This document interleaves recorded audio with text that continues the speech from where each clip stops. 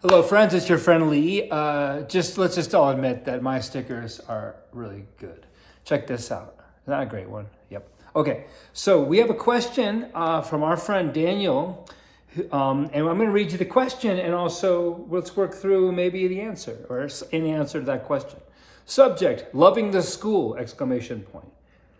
Hey Lee, I joined your online school. That's at www.llbmtb.com. Check it out. I joined your online school a few weeks back, and it's been a great investment. Thank you for all the work you put into it. I didn't know if I should ask on the forum or in an email. You can ask either way. Most people ask inside the site. I'm a bigger dude, as you know. I'm 270 pounds, and I was wondering if you think a coil shock on the rear would be worth the investment on my pivot. I feel like my air shock can't keep up. I hope you had a great Christmas, and I hope 2025 year is your best year yet. All the best, Dan. Christmas was good, and I think this will be a great year coming up. Thank you, Dan. So I asked Dan follow-up questions. I asked him, well, what specific model and year of pivot are you on? And I also asked him, what's he feeling? Because I want to know what his sensations are. So he got back with this.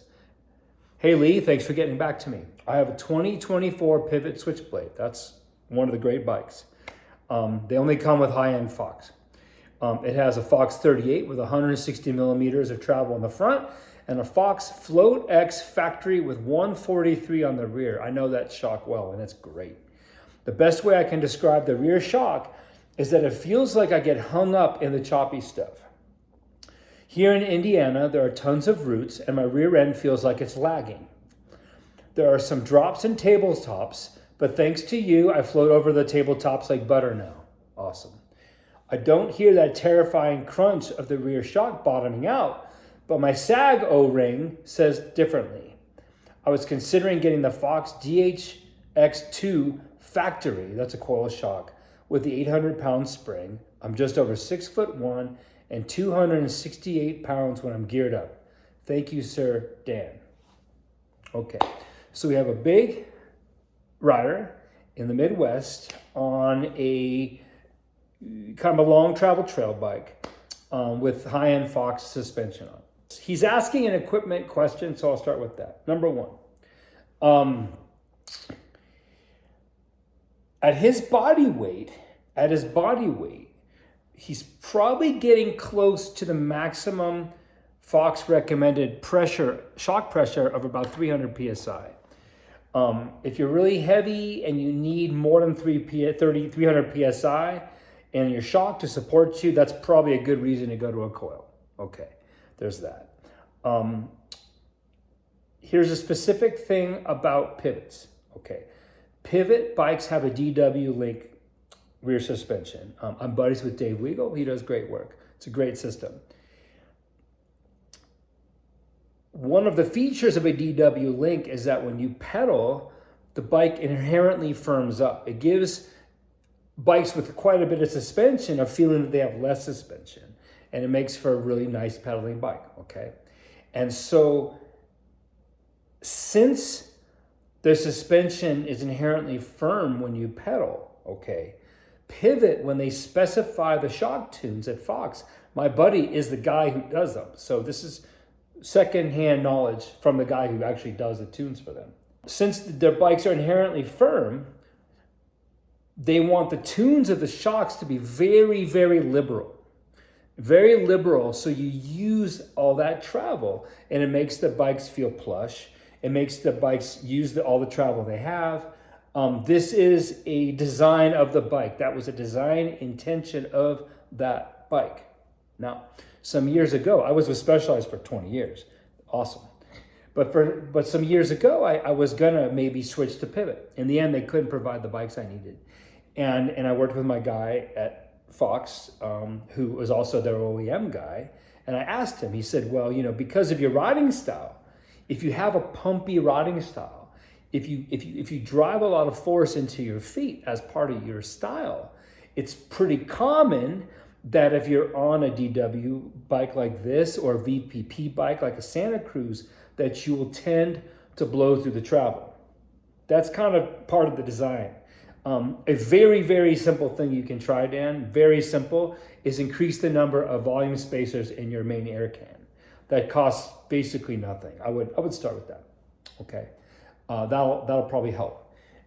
If you like that feeling, but it's like not going as far as you need it to go, you can start to play with the compression settings on that to kind of firm it up and keep it a little higher.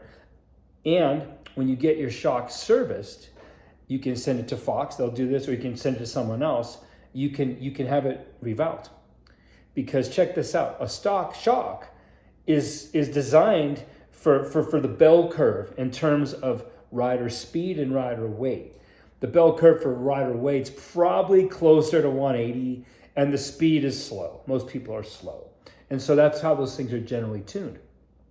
If you're an aggressive, heavy rider who puts a lot of power to the bike, whoever does your maintenance, tell them that and they can retune it for you.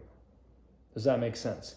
I'd start there, personally. And then if you go to a coil and you get the right coil, you're still probably going to have the same ramping issue.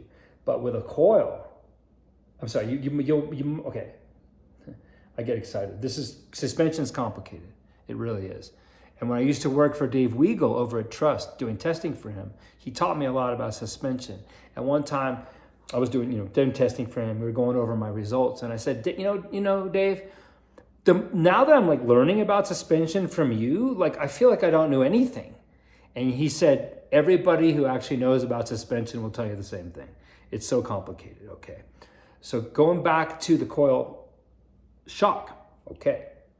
A benefit of an air shock, a real benefit is, number one, more or less infinite tunability. You gain weight, you lose weight, you want to affirm a ride that day, you just add air or remove air. But with the air shock, you can control the ramp. So you can have really, really soft top end, which you'd want in those kinds of routes, especially on flattish terrain. So the bike doesn't hang up as much. But then you can increase the ramp so it doesn't bottom out too much. The bike should bottom out, by the way. You are paying for that travel. Use it every day. Like you should use it, maybe touch bottom once a ride. That's appropriate. Okay. You have a lot of control. If we go to a coil spring, the rate's going to be set and it's going to be a lot more linear. So if we get a heavy enough spring to resist your badass pumping power, it's probably going to be a little stiffer off the top. And I don't know that's going to be the way you want to ride that bike. So I'm going to go back to number one, take advantage of the crazy tunability of that shock. Try more spacers. Try that. Okay, that's the equipment aspect of it. The second aspect of this is riding technique. Riding technique. I'd have to see you ride to know exactly what's going on in those routes. But because you're a human being, and most human beings do the same thing, most human beings in that sort of chatter will get a little stiff. Their feet will go stiff, and that will make the bike kind of hang up. And they'll also tend to lean back a little bit, whether you know it or not, which also makes the bike hang up, right? And so as you're learning how to jump and drop and work bumps and learn to pump, take the same exact technique to routes. And the more you pump and the more you treat the routes as waves, the less hang up there will be.